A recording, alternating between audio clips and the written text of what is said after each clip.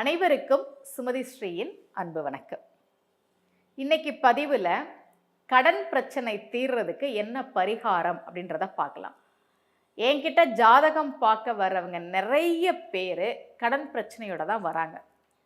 நாங்கள் பிஸ்னஸ்க்காக கடன் வாங்கினோம், வீட்டில் கல்யாணம் வச்சுருந்தோம் அதுக்காக கடன் வாங்கினோம், வீடு கட்டுறதுக்காக கடன் வாங்கினோம், கடனை அடைக்க முடியல, கடன் பிரச்சனை இருக்குது அப்படின்னு நிறைய பேர் கடனால் பிரச்சனையில் இருக்கிறாங்க. அவங்களுக்கான பரிகாரத்தை தான் இன்றைக்கி நம்ம பார்க்க போகிறோம்.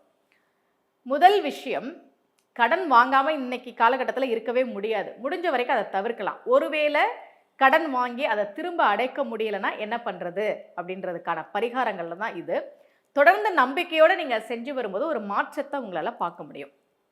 ஒவ்வொரு மாதமும் பிரதோஷம் வருது இல்லையா? 2 பிரதோஷம் வரும். ஒரு மாதத்துக்கு 2 பிரதோஷம். அதில் செவ்வாய்க்கிழமை அன்றைக்கு வரக்கூடிய பிரதோஷத்துக்கு ருண விமோச்சன பிரதோஷம்னு பேர்.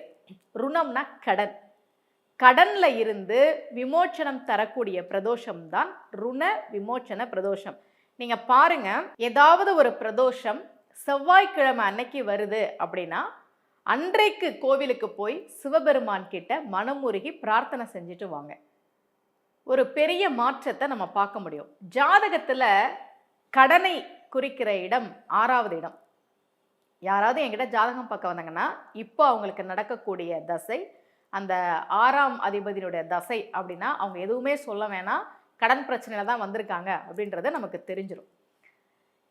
அதே மாதிரி நரசிம்மருடைய வழிபாடு, கடன் தீரணும் அப்படின்னா இதே பிரதோஷ நேரத்தில் தான் நரசிம்மர் அவதாரம் செஞ்சார் நமக்கு தெரியும். நரசிம்மரை தொடர்ந்து வழிபாடு செய்கிற போது கடன் பிரச்சனைகள் தீர்றதை நம்ம பார்க்கலாம். இப்போ நீங்கள் கடனை திருப்பி கொடுப்பீங்கல்ல, யாரோ ஒருத்தட்ட கடன் வாங்கியிருக்கிறீங்க, அவங்க கிட்ட நீங்கள் திருப்பி கொடுப்பீங்க இல்லையா? அந்த நேரம் குளிகை நேரமாக இருக்கிற மாதிரி பார்த்துக்கோங்க. ஏன்னா இப்போ ராகு காலம் யமகண்டம்லாம் வருது இல்லை, அது மாதிரி குளிகை நேரத்தில் நீங்கள் ஒரு காரியத்தை பண்ணுனா திரும்ப திரும்ப அதை பண்ணுற மாதிரி இருக்கும். அப்போது கடன் பணத்தை குளிகை நேரத்தில் நீங்கள் திருப்பி கொடுக்கும்போது தொடர்ந்து அந்த பணத்தை திருப்பி கொடுக்கறதுக்கான ஒரு சூழல் உருவாகும். அதனால கடன் பணத்தை திருப்பி கொடுக்கும்போது குளிகை நேரத்தில் கொடுங்க. சரி, இதுக்கு ஏதாவது கோவில் இருக்கானா? நிச்சயமாக இருக்குது. நம்முடைய பெரியோர்கள் ஒவ்வொரு பிரச்சனைக்கும் ஒரு கோவில் அப்படின்னு வச்சாங்க.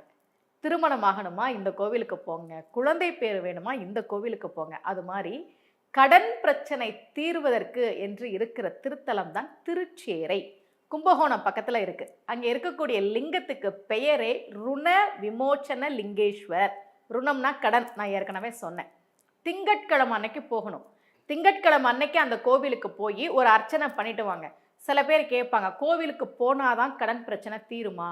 நாங்கள் சென்னையில் இருக்கிறோமே. இல்லை, உங்களுக்கு பெரிய அளவில் கடன் இருக்குது, அந்த பிரச்சனை தீரணும்னா நம்ம கோவிலுக்கு நேரில் போய் தான் ஆகணும். பெரிய பெரிய தொழிலதிபர்கள் கோடிக்கணக்கில் இன்வெஸ்ட் பண்ணி நஷ்டமான எத்தனையோ பேருக்கு அந்த கோவிலுக்கு போக சொல்லி அவங்களுக்கு ஒரு நல்ல முன்னேற்றம் தெரிஞ்சிருக்கு. அதனால சிரமத்தை பார்க்காம ஒரு தடவை திருச்சேரைக்கு வந்துருங்க. திங்கட்கிழமை அன்றைக்கு காலையில் பிரம்ம முகூர்த்தத்தில் ஒரு பூஜை நடக்கும், மதியானம் உச்சிக்கால பூஜை நடக்கும். அதில் கலந்துக்கிட்டு திரும்ப 11 வாரம் கழித்து உங்கள் வேண்டுதலை போய் நீங்கள் சொல்லிட்டு வாங்க. அப்படி தொடர்ந்து வழிபடுகிற போது கடன் பிரச்சனை தீர்றதை நம்ம பார்க்க முடியும். இதே ருண விமோச்சன லிங்கம் திருவாரூர் கோவில்லையும் ஒன்று இருக்குது. அங்கேயும் நீங்கள் போய் வழிபாடு செய்யலாம். இப்படி கடன் பிரச்சனை அப்படின்னா ருண விமோச்சன பிரதோஷம் அன்றைக்கு போய் வழிபடுவது, ருண விமோச்சன லிங்கேஸ்வரரை வழிபடுவது, நரசிம்மரை வழிபடுவது, இது எல்லாமே அந்த கடன் பிரச்சனை தீர்வதற்கான வழிகளை ஏற்படுத்தி கொடுக்கும். குளிகை நேரத்தில் அந்த பணத்தை திருப்பி கொடுக்கும்போது தொடர்ந்து கடன் அடைக்கிறதுக்கான வழிகள் நமக்கு தெரிய ஆரம்பிக்கும். இதெல்லாம் நீங்கள் தொடர்ந்து செஞ்சால் சீக்கிரமாகவே உங்களுடைய கடன் அடைகிறத நீங்கள் பார்க்கலாம். தொடர்ந்து அடுத்த பதிவில் நான் உங்களுக்கு வேறொரு பரிகார முறையை சொல்கிறேன். அனைவருக்கும் அன்புடன் சுமதி ஸ்ரீ.